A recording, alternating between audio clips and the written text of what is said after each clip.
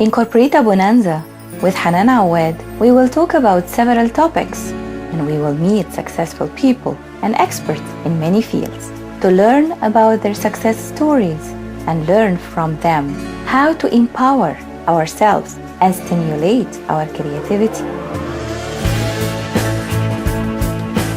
We will also review important books that enriched our lives.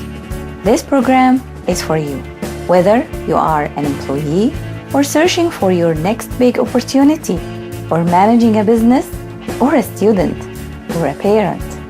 I'm Hanan Awaad. The world is my canvas and success is my paint. Connect with me and my guests at president@corporita.ca. In Corporita Bonanza, we will learn from each other and we will grow together.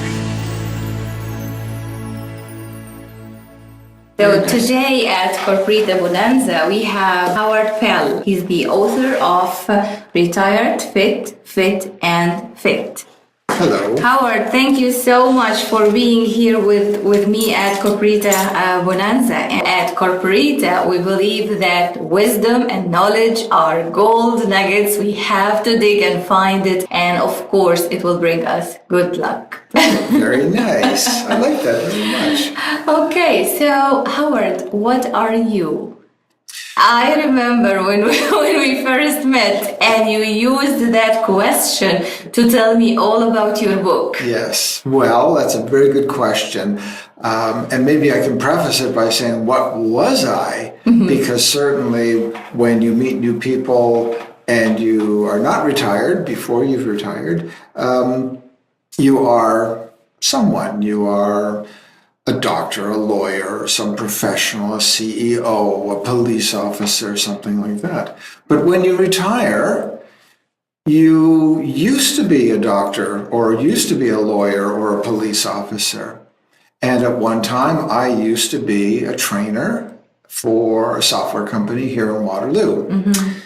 Today, I'm retired, and rather than just say, well, I'm retired, especially there's so many people these days who are retired, I was looking for a new way to define myself. Mm-hmm. And so the way I've done that is through the things that I'm involved in today. So, for example, I'm an amateur filmmaker. Okay, yeah, that's cool. I am a Rotarian. I spend a lot of my time working with my Rotary Club and with the district and Rotary International. And just recently, I've become an author. Yes, yes, so, and a good one too. I read the book. Thank you. And I'm working on the second book now. And so when I introduce myself to people now, I say, well, I'm these things now. Yeah. It's not easy to define yourself with the thing that you do, but it's a fact of life. Mm-hmm. Yes. And when I read the book, I'll tell you first, I thought this book is not for me. Okay. In early 40s, I'm thinking of how to work, but not how to retire. Mm-hmm. But once I started to read the book, I found that it's really, really valuable. And the sooner you start thinking of the things mentioned in the book, the better. Yes, and I was hoping that would be my sort of target age group, would be in people in their 40s and their 50s. By the time you're in your 60s already, if you're just starting, and I know, I think one of your questions coming up later, and I don't want to jump ahead, but I do think it's important that you plan early. Yes. You start your planning early. And I'll wait for your other question. I rather started with this question because some of our audience might be in their 20s and 30s and 40s and 50s, and they will tune in and they think, oh, they are talking about retirement. It's not for us. And this is the same attitude I had when I started reading the book. Mm-hmm. And I discovered that no, actually we need to read about this and plan for retirement early. Yes. And I like the way that you started the book by defining retirement and how retirement means different things to different people. What does retirement mean to you? Well, I think what it means to me is that I'm no longer working for money. That is, that I'm still working. In essence, I'm doing things. I'm not just sitting around watching television or something like that. I'm really doing things like writing a book or creating a film. But what it means to me is that I'm not doing it for a salary. I'm not doing it for financial gain. I'm doing it because I want to do it. And I would say the same thing about just about anyone who retires, that perhaps your goals, your aspirations in your retirement might be to become a very good dancer. Or work in your garden, or find a new sport. Perhaps you think you've always wanted to play tennis, and now you're really going to play tennis. And these are things that you're going to do without any thought of any kind of financial gain, but you're going to do them because you want to do them. And all the deadlines that used to be set for me by my manager, by my customers, by whomever, now all of my deadlines are set by me. Yes. So actually retirement means that you will become your own boss.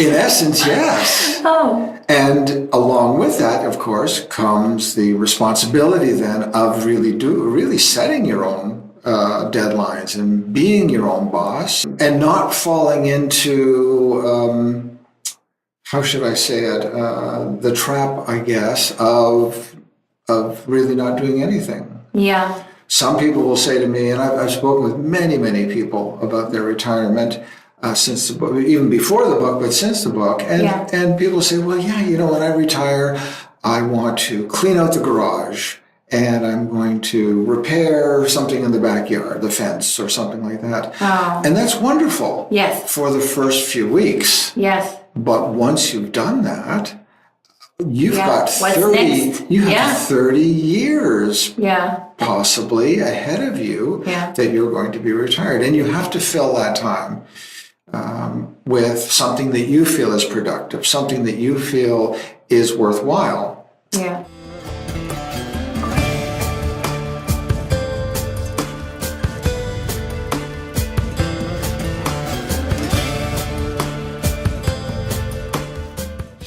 When I was researching the topic, I came across many posts and many people talking how to retire in your 20s or how to retire before being 50 or something like this. And I started to listen to this, and it's all about being wealthy and having enough money at a certain age. So you don't need to work. So as if we only work to get money. But the way that you defined retirement to you, and I like it, it's not being obsessed by the financial gain, but still you have work that you love to do. Oh, absolutely. And I think, of course, the financial aspect is important, but I think for me what's important is that I'm financially fit enough to do the things that I want to do. And I'm not, for some people, they would, if I told you how much money I have and how many years I think I'm going to live, and then you did the arithmetic and you say, oh boy, that's nowhere near enough money for you. Other people would say, wow, that's incredible wealth. And so lifestyle also plays some factor. Huge factor. It depends on what you want to do. For me and my wife, because this is a partnership, and we're married, and so we have to make sure that we both are, and this is something I do address in the book. So, you have to have that conversation if you are married or you have a partner. But we decided that when I turned 60 years old, and it just so happened to coincide that we said, okay, we do have enough money now for our retirement, for our lifestyle, for the things that we want to do. I'm not going to go out and buy a yacht. I'm not going to splurge on big purchases. On big purchases. We're not going to necessarily, buy a brand new car every year or anything like that. But to live a modest, our life, we call it modest, lifestyle, then yes, we have enough money to suit us. As I say, some people will find that to be a huge amount of money. Other people would say, that's nowhere near enough for my lifestyle. Yeah. So before talking more about the financial fitness, let me tell you something. Before I read the book, I thought that retirement is one big phase between having a career and working and earning money and dying. It's just one phase. I woke up one day and I no longer need to go to work. Yes. But in your book, you highlighted 3 phases of retirement. Yes. So the first phase, you could probably slice it into smaller phases, more phases if you wanted to, but I thought 3 was a nice number. That the first phase, when you retire, is that you are fit, and I mean fit, financially fit, physically fit, and mentally fit or emotionally fit to retire. You are excited about your retirement. You're excited about the things that you want to do. You still have your physical health, you have your mental health, your emotional health, and you're ready to go. And with good fortune and perseverance, that period of your time of your life could be quite lengthy. It could span 10 years, 20 years. We would hope as long as you possibly can maintain that pace. Eventually, you will reach what I call the contentment phase, and that is that you've had your fling, you've done all this great stuff, you've done some travel, you have made films or written books or whatever your retirement, and now you're starting to slow down a little bit. And you're very happy to stay at home, to spend time with your grandchildren perhaps, or maybe even your great-grandchildren. You're happier perhaps to read books than to write books. So you're contented now. You're very happy just to be. And the last phase, and I don't mean this in a bad way, but I called it the geezer phase. But like I say, I was trying to be a little humorous with that, now perhaps your health is failing, you're not as physically fit anymore, perhaps you're in a walker or a wheelchair, you need special medicines or whatever it might be. I think in looking at all 3 phases, we would really like to have a very, very long fit phase, a much shorter contented phase, and a very, very short geezer phase. And I think the ideal is that geezer phase just happens very, very short, and then it's finished.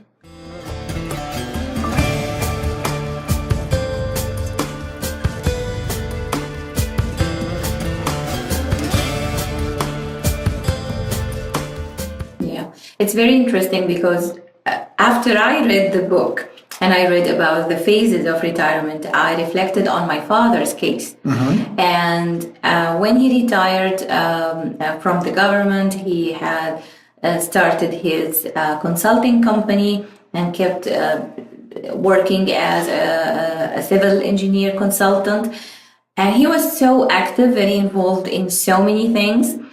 After some while, he started to go into this content phase, still active, but not as active as he used. And now, with more health complications, he's staying home all the time. So when you were writing about these phases, I had a visual image of those phases in my head. Your father.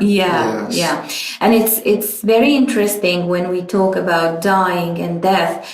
When we are talking about retirement, we have to think of this, definitely. death as a fact of life. And so when it comes to death, how we can talk openly about it, and especially when we are financially, when we are planning our financial fitness plan and retirement, and think charities, inheritance, something like this. How to have this type of conversation? This is such a difficult topic. I think if you have been involved in any family death, just involved in the inheritance and that, to see how families can be torn apart by one person getting upset because they weren't given the family heirlooms, or they felt that they should be getting a larger share of the estate, or anything like that. Number one, you must have a will. You absolutely must have a will and an executor, someone who's going to ensure that your will is carried out. Number two, if you are the executor for someone else, your parents, aunt, uncle, whatever it might be, then you need to see their will. You need to know exactly what they want, not only from what's going to happen to their estate, but also what will happen to their body. Will they be cremated? Do they want to be buried? Where do they want to be buried? Do they want a monument? All of these things have to be decided. And these are tough decisions and tough conversations to have. Yeah. Especially with people that you love. I mean, if you and I sat down and we talked about it, because we don't... Yeah, we are not related. We don't spend our days together. Then I could tell you very easily, I want this and this and this, and that would be easy for me. But it's difficult sometimes for people that you love dearly. Yeah, it's an emotionally charged conversation. And it has to be addressed. And the same thing too is what some people call a living will, where I am still alive, but if I'm unable to tell the doctors or anybody my wishes, then perhaps you or your loved one, whoever that you appoint, is going to have to direct the doctors, perhaps. And so they need to know, do you want heroics? Do you want resuscitation? Do you want all of these things? Or would you prefer to just die quickly and without too much pain, and not drag it on for what could be weeks or months? So again, these conversations are very difficult to have. And I believe a huge part of these conversation depends on the context. I see the context of the book is North America. But in some cultures, for example, inheritance, it's already predetermined who will get what, because there are some rules. Yes. And even what will happen to the body or something like this. Also, for example, organ donations. Very important. Some countries it's not legalized yet to have this. In some other countries it's legalized, but there are other conditions, and you have to educate yourself. So it's really difficult. It's so important to have these conversations, and I could suggest that certainly for the financial side of things, talk with a lawyer. And most lawyers I know are willing to give you maybe half an hour of free time just at the very beginning. Don't ask about making a will. All lawyers can make a will, and they will all counsel you to make a will.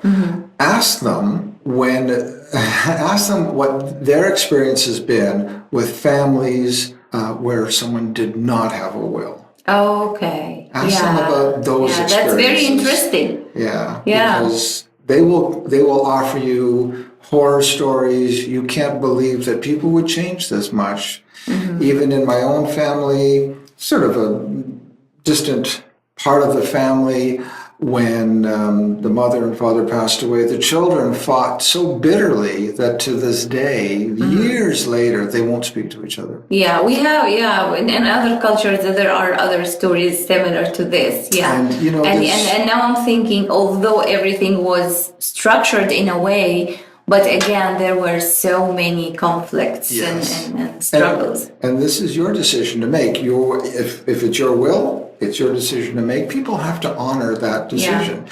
And that's why it's called a will, because it's your will. Yeah. I will this. Yeah. And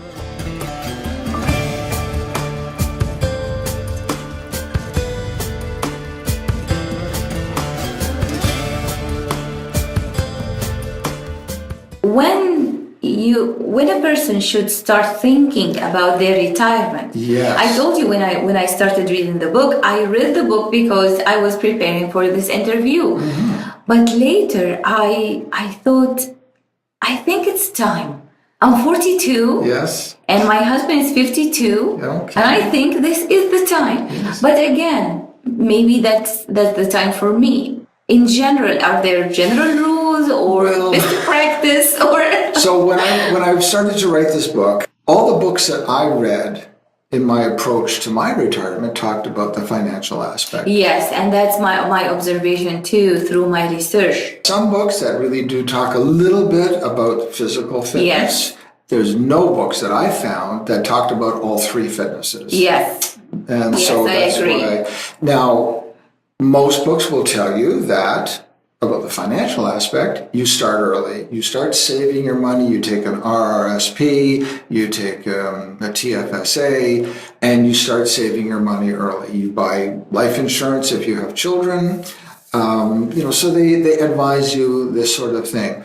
Because very few talk about the physical fitness, you just go with what. So if you're going to start saving perhaps in your late 20s, perhaps in your early 30s, to start saving for your retirement. And it seems like a long way away. Mm-hmm. You're thinking, oh my gosh, I'm 30 years old or I'm 28 years old and I'm not going to retire until I'm 60 or 65. That's so far away. Mm-hmm. But you know that with the magic of compound interest and that sort of thing. Now, the real estate market is an anomaly right now. I know everybody says it can't last, but they've been saying, for years. But in any case, compound interest, you start your savings account today, and even now you're going to be starting RESPs for your children. Mm-hmm. But the compound interest is going to accumulate. But there is no compound interest for your physical fitness. Yeah, I love this. There is no compound interest for your physical fitness. What do you want to do? You're going to be physically fit now. Yeah. And you're going to get into the habit of being physically fit, whether it's playing sports, whether it's just going to the gym, whether it's running marathons, whatever it might be. Mm-hmm. But if you start now, whether you're 20 years old or 30 or 40 or 50, and we all hear the stories about, someone who retired and then they started running and now they're running marathons like crazy. Mm-hmm. That is few and far between. Yes. So we want to know that we're going to be physically fit to do this. Start that at an early age. Your emotional fitness, the day that I retired, or the day that you retire, let's say you retire, the last day of work is on a Friday. You wake up on Monday and you say, hey, I don't have to go to work today. Yay! Now, what am I going to do? Exactly.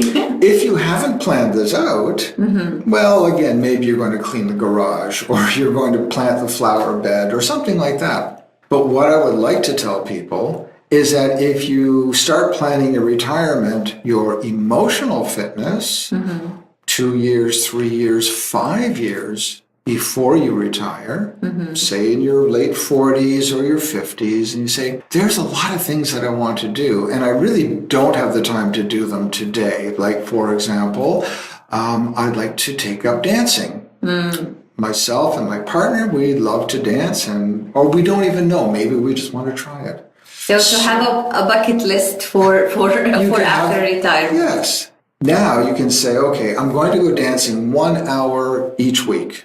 We're going to take lessons 1 hour a week. And then by the time you retire, you've got a number of these different activities. You're doing maybe 1 hour a week or 2 hours a week. Then the day that you retire, all of a sudden, you've got all this time. So all these activities you've been doing, you're just going to continue doing them.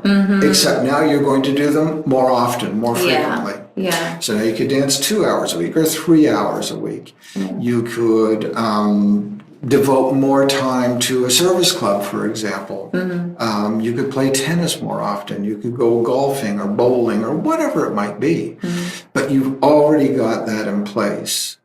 So rather, and I have spoken with people I spoke with this one woman, and she said 6 months after she retired, she sort of realized that it was 11 o'clock in the morning. She was sitting in front of the television watching some silly show wearing her pajamas.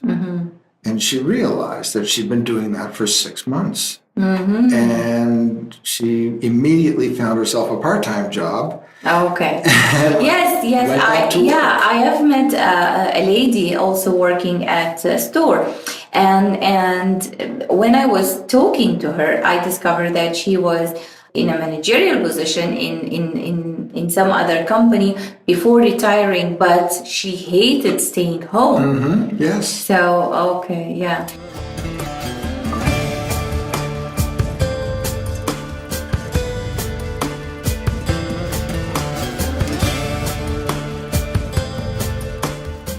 The tricky part about retirement these days is that it's a system built on the traditional work 9 to 5, and now that we have so many other models of career options. And actually, there is an article that we published in Corporita Magazine about contemporary career models. So there are new models, freelancers, part-timers, joining a virtual team where you work for other companies in other countries. So how this will affect our perception of retirement and planning for retirement? Yeah, very good question. Because, like you say, if people are working part-time or if they're going to have multiple careers in their lifetime, take that also with the fact that I've read this somewhere that said that children born today will live until they're 110 or 120 years old. Oh, yeah. So they probably won't even financially be ready to retire until they're perhaps 80. Oh my God. So, because for them to save the money. Or to invest the money. So there's all kinds of different options. And some people, one of the best things that my wife and I ever did was that when she finished university, I was working already, and we took a year off. And we just traveled for a year. Okay. And that... At what age did this happen? 20? I was 22 maybe. Oh. Yes. Yeah. My wife was 21. Yeah. And we just traveled around the world, and we took 1 year to travel. But this is a non-traditional story. Nowadays, I see that lots of millennials. I love working with millennials, and our team has many millennials. Actually, they have the willingness to invest in experiences. They want to go to see places, to talk to people, to experience new things, to do some adventures. For my generation and the generation before, no, it was finish school, go work, climb the ladder, yes, and then think about traveling the world. So there was a movie made many years ago with Katharine Hepburn and Cary Grant called Holiday. What it was he wanted to do exactly what you're saying. He was going to retire first. Yeah, okay. And then he was going to work. Then he was going to climb the corporate ladder. Okay, I'll go find it. It's called Holiday. It was probably done in the 40s. Yeah. Way ahead of its time. Yeah. Because, of course, like you say, the way that people worked, their lives played out was you finished school, you got married, you had children, you worked, and you got a mortgage, and you got a car payment, and then if you were still healthy, you could retire at 65. But you're right. Now, there's no reason. Another example is when I was working at the software company, there was a young man. Well, this was 15 years ago. And his goal was to save all of his money, not spend anything, and just on living, and retire within 5 years. And he was successful at doing this. Now, what's happened to him since, I honestly don't know. We lost touch with each other, but he probably quit 4 or 5 years after he started work, and he just saved his money. He had his bicycle. He rode that every day. He bought his food and his shelter, and that was all. Now, he had books. Of course he had books. So why not? Why wouldn't the millennials want to do something like that today? Retire, maybe then work again, and then retire again. Yeah.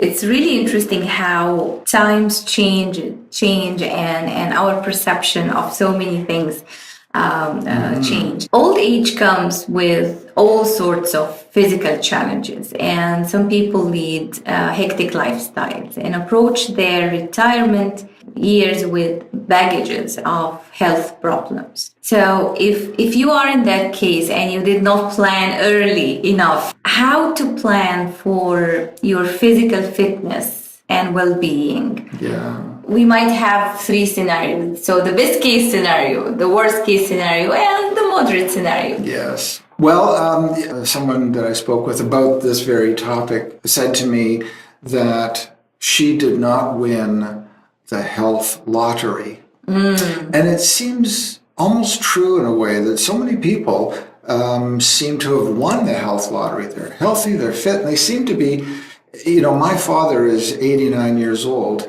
and he plays golf 3 days a week. He walks when he plays golf. He doesn't take a cart. That's in the summertime. In the wintertime, he walks every single day. He's strong, he's healthy, and I hope he lives another 20 years. So he won the health lottery. My mother, on the other hand, passed away a number of years ago, and she was unhealthy. So it seems to be the luck of the draw. Obviously you want to be looking after yourself, exercising, eating the right foods, don't smoke, don't drink too much. But each of us is different. And so when you are planning your physical fitness, for myself, I wanted to do as much as I possibly could. Now, I was very fortunate in the, I hired a fitness coach. Oh, yes. And you talk about this. Yeah. And she was very, very good. She still is very good, because she said to me, right, tell me what hurts. Where do you have pain? What are the things? And she went through and she tested me on a variety of things. What can I do? What can't I do? And then she tailored the exercises around those things that I couldn't do. And so I would suggest that at least in the beginning, if you've never done any exercises or it's been a long time, you can hire a coach for 3 months or 6 months. And I know it's expensive, but it is so worth it, because they're going to, that coach will again look at your good things that you can do, look at the things you can't do, and they're going to teach you. They're going to show you the equipment in the gym, which a lot of it can be dangerous if you don't use it the right way. If you don't know what you're doing, or you can, So But I also like in the book that you gave other options and you gave references. If you want to, if you are the DIY guy and you want to do it yourself, so at least you will have some guidance. And there are so many resources available. There really are, and I'll put in a very brief plug for my next book, the book that I'm working on now, where it is an exercise book for people who are retired, where the exercises are geared to the activity. And it's all the exercises can be done in your own home, so you don't have to take a gym membership. So I live in a condo, and we have lots of senior neighbors, and I really get excited when I go to the gym, and you will see that there are 3 or 4 generations working at the gym, and everyone works on their own pace and what fits them and what's that is so important. and some other neighbors they choose the activity route. So they go and they do the gardening, they some volunteer to do some painting, something like this, something to keep them active. Yes. Yeah. And also what you said is that they're not competing with each other. Yes. No. You're competing with yourself. Yeah. You want to say that last week I could do so many push-ups and this week I can do so many +1. Yeah. Or whatever it might be, so that you're always just competing with yourself. Don't look at that other guy over there who's doing 100 push-ups upside down. It doesn't matter. Yeah. He's 20 years old, younger than you are, 30 years younger, or 20 years older. I don't care. He's somebody different.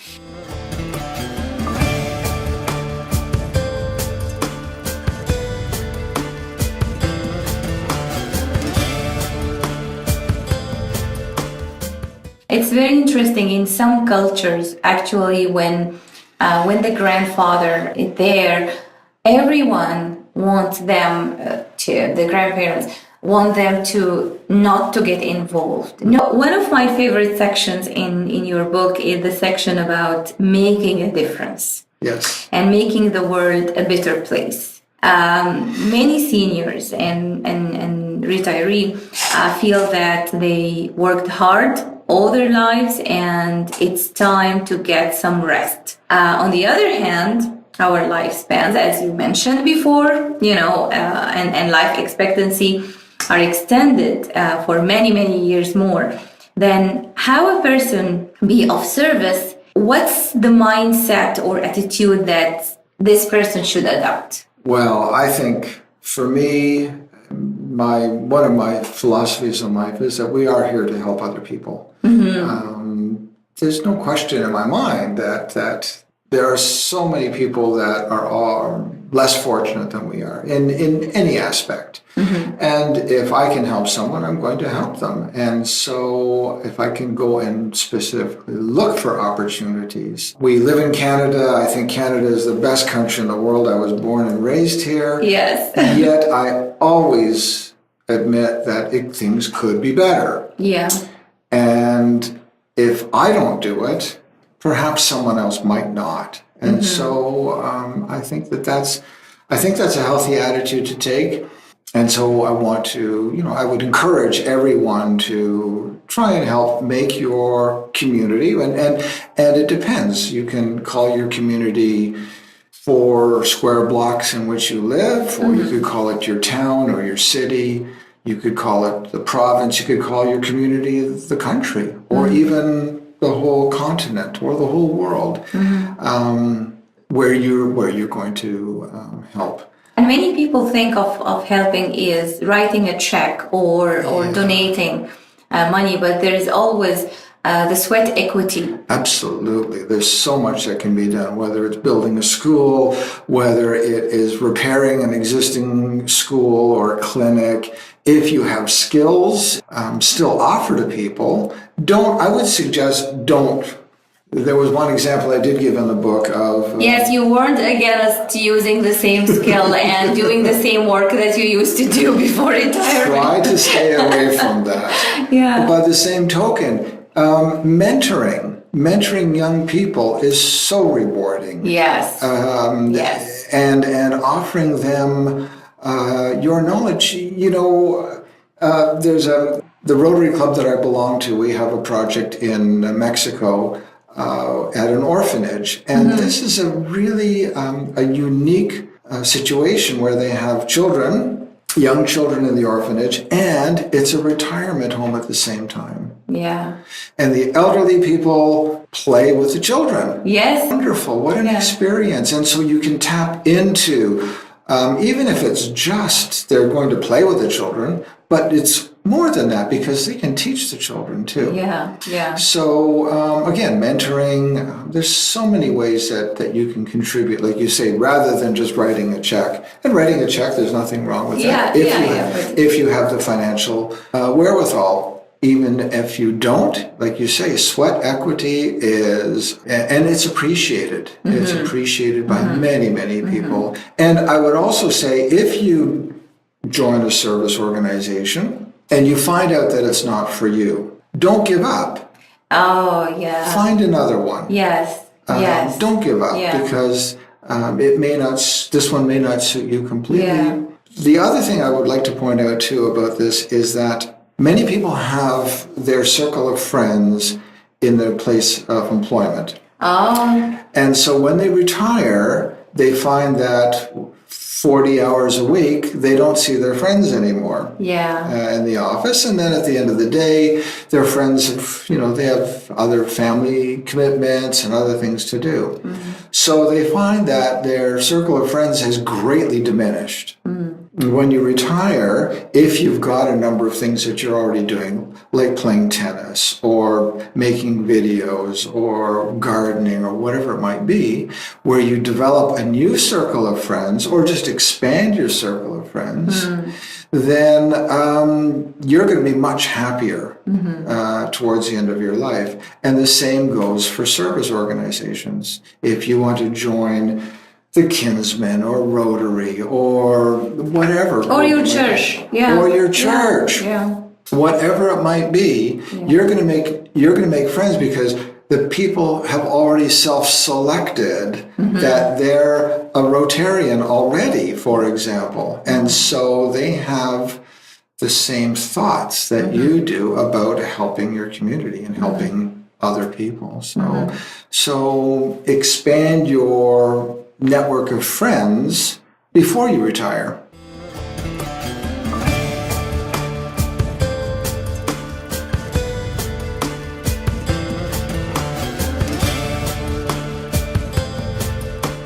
I like this, that you start planning even this service aspect of your retirement years, even before the retirement. Yes. You know that I'm a process engineer. There are forms, organized lists. I love this, and this is what I loved. One of the things that I loved about your book, it's a guidebook. It's handy. It's full of stories and not so dry advice, but also it has something practical that people can use. So tell me about your thinking process when you started working on that book. Okay. My background is I'm an educator. Software engineer, I'm an educator. I've been teaching people. Before I joined the software company, which I spent 20 years, I was teaching at the university. And so I've always had that idea that you tell people, you show people, and then they do it. You make them do it. And when they do it, that's when they're really going to learn something. And whenever I designed my course materials as a teacher, as an educator, I would always include something to have them do something. And so I would talk to them about whatever the software was that we were talking about, show them what it was, and then actually have them write some software or make some notes, something that they actually could do something. So when the opportunity came in the book, and I said, you know what, I need something that people can get, like, really interact with the book, to write and to really see it in their handwriting. And so I encourage people to make photocopies of the charts, of the tables, and then fill them out. This is how you learn, and it drives home the points, I think, that rather than you just reading, like you say, reading some dry material that says, you should do this, and you should do this, and you should, and not giving you the opportunity to do it. I think this helps people. It doesn't force you to do it. You don't have to fill out the tables, but it's there if you just take that extra little step. And then later on, you can come back to it and look at it. And actually, I think that these tables, these forms, helps in many ways. So it helps you organize your thoughts and plan, and actually it gives you a starting point. Yes. So I have seen that after each chapter. Of course, I was rushing, reading through all the book because I wanted to finish it before we meet. But if I'm reading it in a slower pace, I will give myself some time and write down those things and start doing my own research and plan. So I will go back and do this. You do that. I really do. I really hope you do that. And then not only just write it out, but then use it as a reference later on. Yes. Use it as a reference when you are organizing your life with your financial fitness and things for your physical fitness. Talk with if you have a physical coach, like a gym coach. And the emotional fitness. And your emotional this is a big chunk of what I really want to focus. As we mentioned before, there are no enough references, there are no enough resources available on mental and emotional fitness. And this is something that you touched in the book. Yes. And it's really interesting that you did this. So let's talk about the emotional fitness. Yes. For me, I think it was probably the most important part of the three fitnesses. When you retire, it's a huge change in your life. And a lot of people think, oh, well, I'm just going to sit back and relax because I don't have to worry about anything anymore. And they, as we've talked about already, they think, oh, I'll putter in the garden or I'll fix the car or whatever it might be. But very quickly, that euphoria wears off. And if you don't have a plan in place for what you're going to do with your brain, with your mind, with your emotional side of things, then you're going to stagnate very quickly. I've talked with many, many people who have said the same thing. They were bored. They didn't know what to do. All their friends were at work and they were sitting at home watching TV, and they hated it because they weren't emotionally prepared for their retirement. And there's really two aspects to it. One is the friends. Who will you hang out with? Who will you do stuff with? And the other, of course, is, as we started this interview, who are you? Because if you used to have some prestige... It's no longer what are you. That's right. It's who you are. It's who you are. Oh, yeah. And I was, like you say, if I was a doctor or a lawyer or a bus driver, and now I'm no longer a bus driver, so I've lost that sort of identity. Especially if I took a lot of pride in driving my bus. I had if I could say I had a perfect driving record for 25 years and something to be truly proud of, then now I'm retired. So I need to find something now that I can be proud of. I mean, obviously I will always have the pride of my career. But now I need something new. And now I can say, I'm very proud of this book. I'm very proud of some videos that I've created. I'm very proud of my garden. I'm proud of my golf score or whatever it might be. And you are proud of being one of our first guests in Corporita Bonanza. I'm thrilled to be that. That's for sure, yes.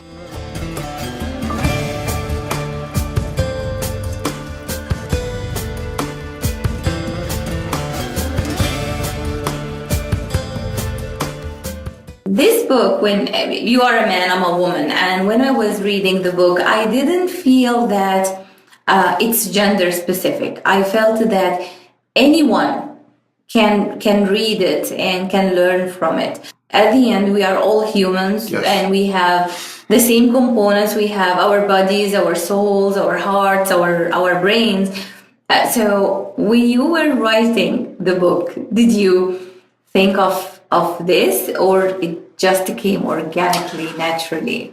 I think two things. One is I really tried hard to make this a kind of a conversation between myself and the reader. I wanted to make it an easy to read book that people would just read it and it would just flow, and that the technical aspect of these fitnesses didn't get in the way. So I wanted to make an easy book to read, but also I wanted, like you say, to make it for men and women. There are many, many single women that I know who would use this book and who have actually helped me with the book, either by reading it and making comments or giving me their experiences, their life experiences. And so I tried to keep all of these people in mind and all of these things in mind as I was writing it. And many people don't know what it's like to write a book. I certainly didn't. And Tell us. It's very hard and it's very time consuming because you're writing it over and over and over again.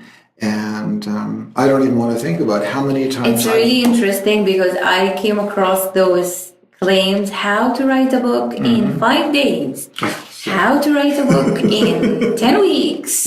And I'm writing a book now for 2 years. Yes, exactly. This book probably took me about 1.5 years to write. Yes.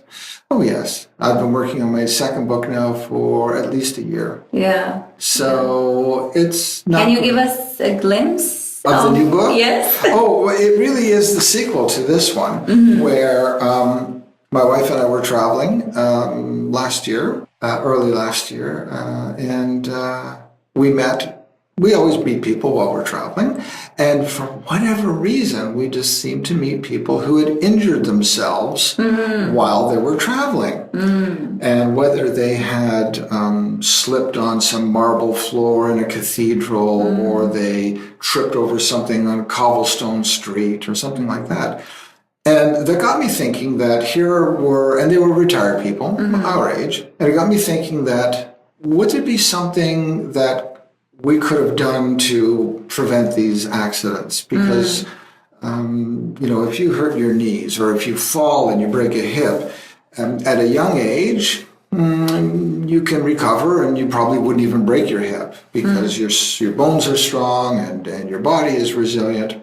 As we get older, our bones are weaker. We know all about bone density loss and things like that. So I thought, are there some exercises perhaps that we could do to strengthen our bodies to prevent injuries? And I started looking and I searched everywhere. And there was lots and lots of materials that say, yes, you should exercise as you get older, but there was nothing that said, if you want to work in your garden, what kind of exercises should you do to work in your garden? So like a tailored plans or exercises for your lifestyle and the activities that you want to do. Oh, that's neat. So, take, for example, gardening, where you're doing a lot of lifting. You're lifting peat moss and soil and things like that. Well, so we're going to, in the book, we're giving you exercises to strengthen your arms, maybe bicep curls and that sort of thing, and an exercise called a farmer's walk, where you're carrying like pails of something and you're walking up and down, which is what you would do in your garden.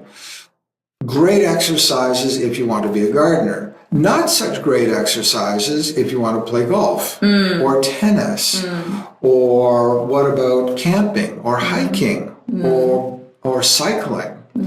Completely different muscle groups, completely different exercises. So in this book now, we're going to list about 25 different activities that seniors, retirees would engage in. And we've selected them so that if we didn't get the one activity that you really want, there's something pretty close. And then, like you say, we give you a tailored series of exercises for gardening or for cycling or for hiking or for just traveling around, walking on cobblestones and uneven sidewalks and things like that. Very interesting. Hopefully, once you finish it, we will have another interview. I would love to come back. Yes. Thank you so much for being here. I'm so happy and thrilled of the conversation. Was really a gold nugget. Oh, wonderful. Thank you. Thank you so much for having me here. I really enjoyed this. Thank you. Thank you for listening to Corporita Bonanza with Hanan Awaad. Catch our next episode on Thursday, and don't forget to subscribe to our newsletter at www.corporita.info to receive our articles to learn everything you need to pave your way to success.